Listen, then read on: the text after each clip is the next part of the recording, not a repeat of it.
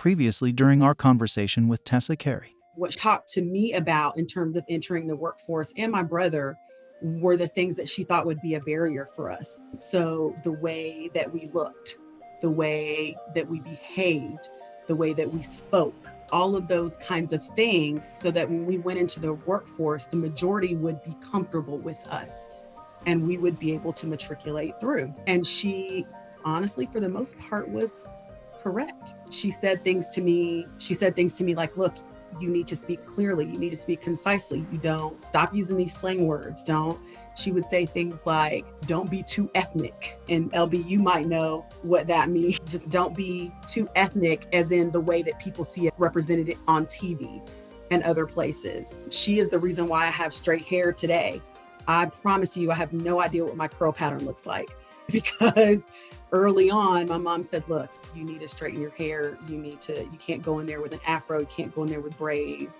The whole unprofessional conversation that thankfully is going away now. These are the things that she said to me, because she was like, I know you're smart. I know you're going to do well, but I don't want these things to keep you from being able to do what you want to do. And now the conclusion of our conversation with Tessa Carey. And that's really how I transitioned into the work world. And I found my maiden name is Irvin. So my name was Tessa Irvin. I went to a predominantly white institution. I wasn't in a fraternity or sorority. So there's really no indication on my resume that I was African American, not purposefully. That's just how it turned out. And as I began to interview, some interesting things happened, right? People thought that I would look and be one way. And when they spoke to me on the phone, they could not tell that I was African American. So when they finally would meet me, you would get the jaw drop or the stutter or I had an experience where somebody didn't even realize it was me. They kept going back and forth. I was sitting out there for an interview. They kept going back and forth because they were looking for a Caucasian girl. It's just, all of it was very interesting, but I'm thankful that my mom told me the things that she told me, because I feel like it helped me matriculate through before everybody has gotten to the point now where people realize it's not okay to cover. Be who you are. I think we're both racing to this one. I think that I'm glad that you completed that statement with how today it's better, but it is, we cannot ignore the fact that this is something that so many people do not understand, that these are the sacrifices that oftentimes ethnically diverse populations do in order to assimilate into an environment where they have the opportunity to move as far as they possibly could in their careers. The conversations that we have, and I don't even know if I should say this out loud, but I'm going to. So when you were saying the notion, this is something that we used to get, both my wife and I. My wife is from Haiti. And when people hear us on the phone, and then we would come in and they would, they were looking for the stereotype of what they believe how Black people sound, quote unquote. Yep. But one of the other things that was a slight nuance was that they would say to us, if we would mention that we were West Indian, they would say, that's what it is. You're different. Yeah. And when we were younger, it took me a second to get it. I'm like, what do you mean different? And actually it was one of my buddies when we were kids that were like, they mean that we don't act out and all this other stuff and blah, blah, blah. And so he was saying it that way because his parents were very prim and proper. Yeah. And as I got older, I heard much more colorful language around what that is. And when you were even talking about the hair and can I touch your hair? I recently just talked about the Crown Act, which is essentially now it is illegal to discriminate against someone's hair. Just, you said a lot. And I'm like, okay, where do we go? Tessa, your story, I think, is relevant for a lot of brown people, because as you were telling it, I was like, holy crap, my parents had that same conversation with me, except my dad and mom we didn't have the split in the household where your mom had a certain voice and your dad had a certain voice. Both my parents had that same conversation, but they were usually with a plastic sandal in their hand saying, you better not do that again. It's interesting. And I think to LB's point, I don't want to beat a dead horse. It's great that you have to be less concerned now about the optics of how you present to advance your own opportunities. So that's progress. One day, everybody can be Everybody talks about bring your whole self to work. Yep. One day, hopefully, that's actually put into practice. You've had a lot of these instances where people have judged you either overtly or covertly based on optics. And I know that we touched on it a little bit, but I think other people that are going through that experience, and you referenced your spiritual foundation. If somebody doesn't have that sort of spiritual foundation, what's your advice to those folks on how they can navigate that without hatred or bitterness in their heart? Everybody's not spiritual. So if you don't have that spiritual grounding, what I would say is the bitterness hurts you more than it hurts anybody else. I can't remember who said it, my mom or grandma, and with some sort of quote, being bitter or mad at somebody is like feeding yourself poison, but expecting them to die. That's what it is. And that's true. And honestly, if you get upset every time somebody says something to you they shouldn't say, you'll be upset your entire life, every day. It will be a miserable existence. So for me, it's really just realizing that people are people and that they're going to disappoint you. They're going to hurt you. They're going to say things that you don't like, that are mean, that are unkind. And you just have to know that's how people are, and or that what they think of you is their issue. It's their problem. It's not yours. Yeah, I think that there's definitely agreed. There's definitely an element to what you're talking about is building your resilience. And we've talked about this, I think, several different times about really building resilience and grit. And the other part of it is that I was talking to someone who I had listened to the show and asked me a question. I'm trying to remember what the question was, but it was relative to, but what about people who really are doing things that are wrong or really Mhm. are doing things that they're not supposed to do in the workplace in particular, because that was the question. So when you experience that, kind of what you said is a response that I had is along the lines of, we recognize what it is, right? We wouldn't be having the show quite on the topic that we are on if we didn't understand.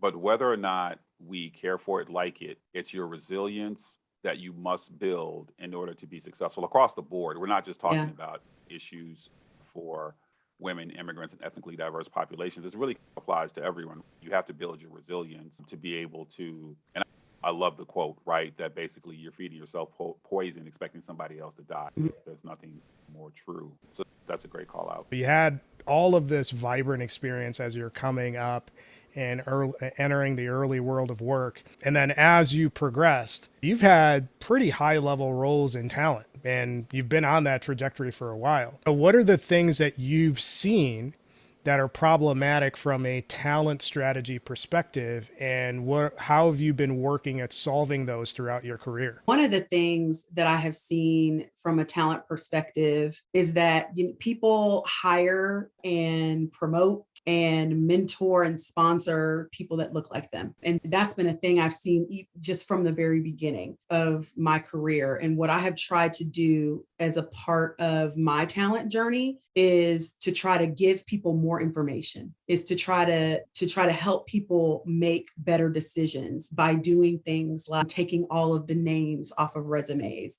and handing them a stack of resumes. Just doing very simple things that will make people focus on other things other than who they're comfortable with.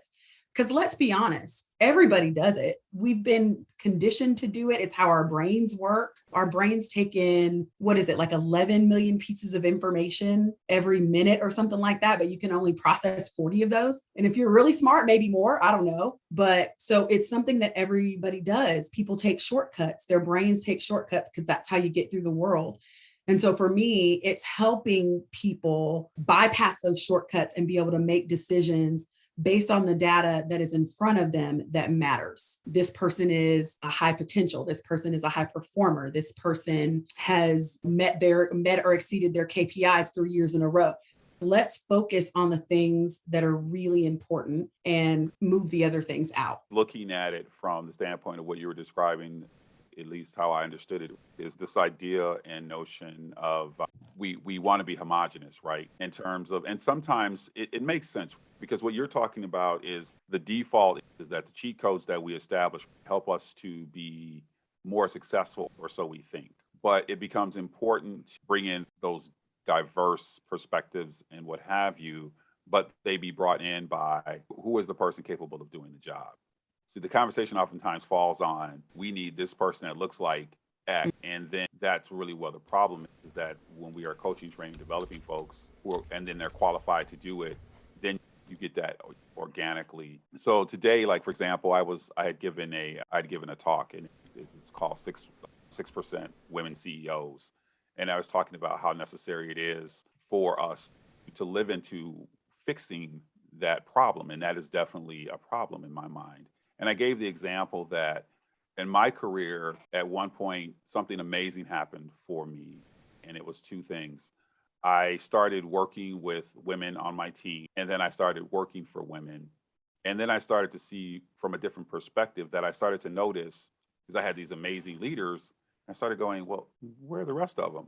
Yeah. And they're amazing, like totally, like I think I thrived the most in my career under female leadership. And I thought, wow. So I'm looking for, quote unquote, for those of you who know what this is, the plug, right? The cheat code to continue my trajectory. And it wasn't there. And so I think it became important for me to say, okay, let me do my part, understand my privilege, to have the conversation around whenever I have the opportunity, why don't we have more women? Because I know they're capable. This is not even a question of capability, but do recognize the fact that whatever's missing in the room, and it's really speaking more to what you're saying, if we look at it this way, is avoid the homogeny, build high developing teams with the best talent. Absolutely. One of the initiatives that it sounded like you're working on is removing bias in the hiring process. And it's interesting that oftentimes you've been on internal TA and I've been on the staffing and recruiting side. And I think we both fight the same battle where the hiring managers, hypothetically as a person, the hiring managers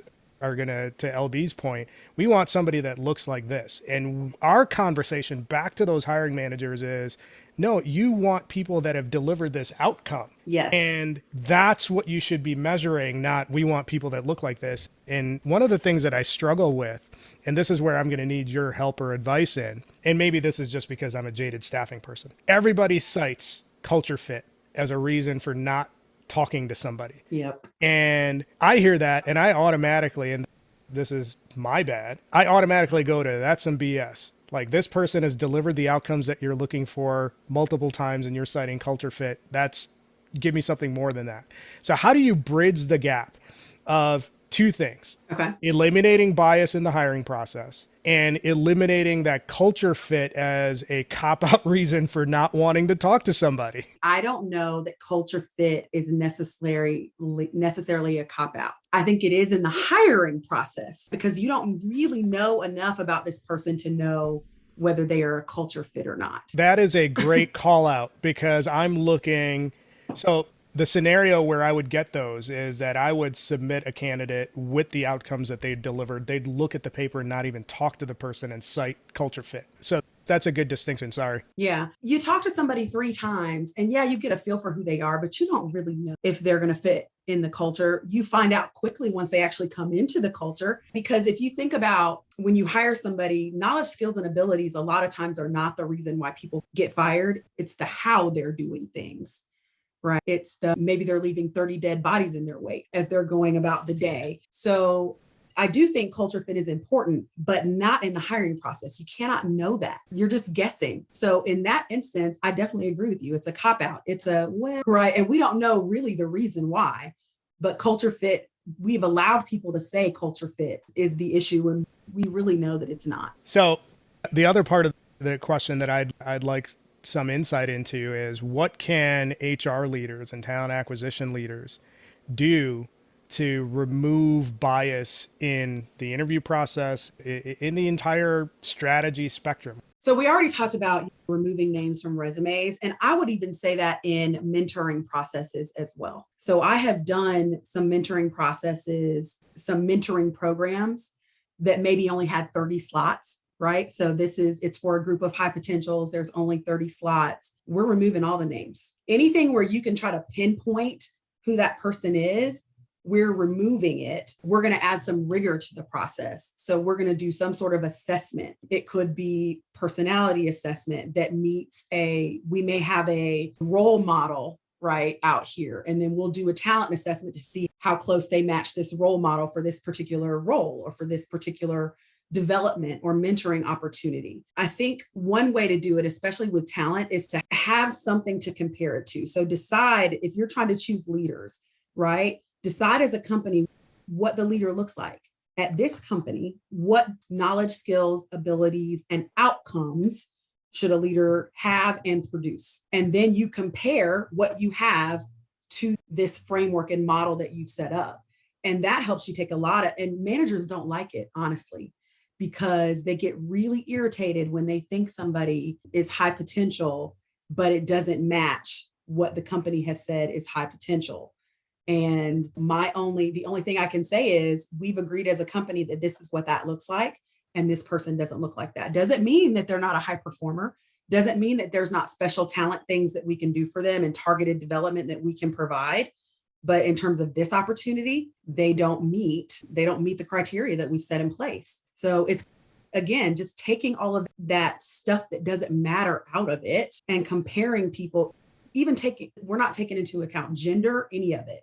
And what I've found is that when you take those things out, you really get the cream of the crop. You really get who you're looking for. And a lot of times it's pretty diverse. It comes out pretty diverse at the end because you're just not taking into account any of that stuff. You're only taking into account what's important. Yeah, I definitely understand where you're coming from.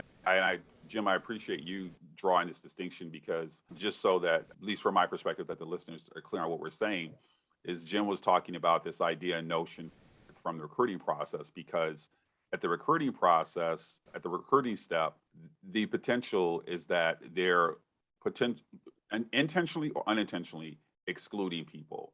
Yes.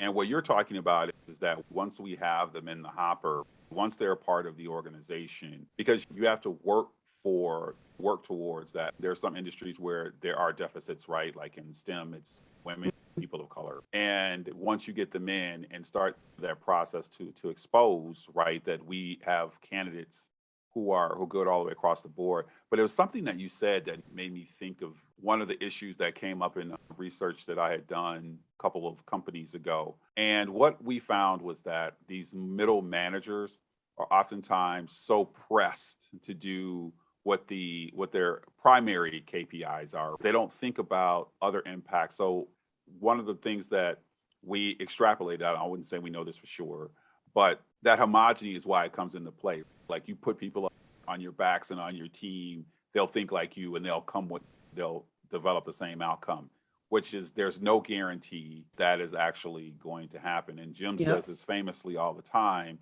that what we find is organically diverse groups outperform. And so that I think that's an important call out. Tessa, as you have shared so much with us, I'm curious to know what would be the top 2 or 3 takeaways that you would like to leave with our listeners that would be Tessa's law as to how they can improve their career? So one thing I would say, and it's going to sound really strange for me to say it because I didn't do it for a lot of years. It is very recent for me. Be authentically who you are. Just do it. And if you don't, as Jim mentioned, if you don't fit into the culture, then find the culture where you fit, right? It goes back to that, find your people. It's the same kind of thing. Be authentically who you are. And once you know who that is, then find the people who get you, find the company that gets you, find the purpose and work that fits with who you are, because it's hard to be successful when you're trying to just grit through it every day. It is. I know, because I did it for a lot of years. And the first 2 things are really just find who your people are, or be authentically you, and then find who your people are. And then I guess if there was a third thing, and this is going to sound very cliche, but it's just be open, right? Especially if you're a leader. And maybe open is not what I'm looking for. I think it's more be a servant, right? People need to feel loved. They need to feel cared for. They need to feel like if there's an issue, they can come and talk to you about it.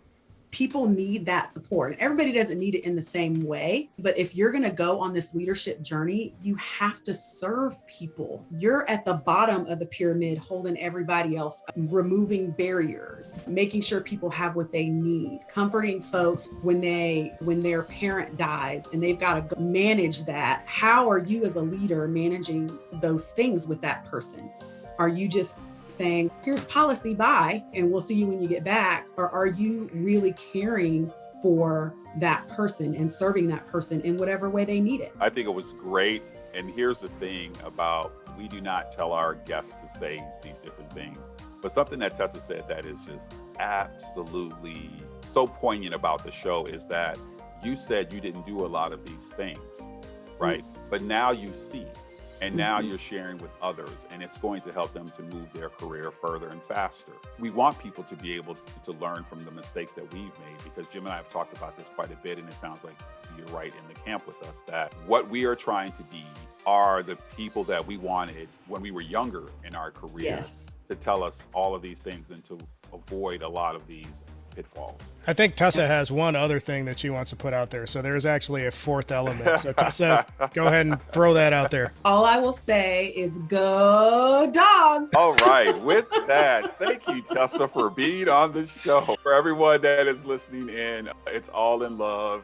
She'll be, what are they, Bulldogs or something like that? And roll Okay. tide. But I must admit, and I give respect where respect is due, Georgia actually really had an amazing team this year, and no one, I think, can discount that. So I will give credit where credit is due. For those that are listening to us banter back and forth about Georgia and Alabama, there is so much more to this show, and we would really appreciate your feedback on the Cascading Leadership Show. You can find us for updates on various social media platforms. We are on YouTube, LinkedIn.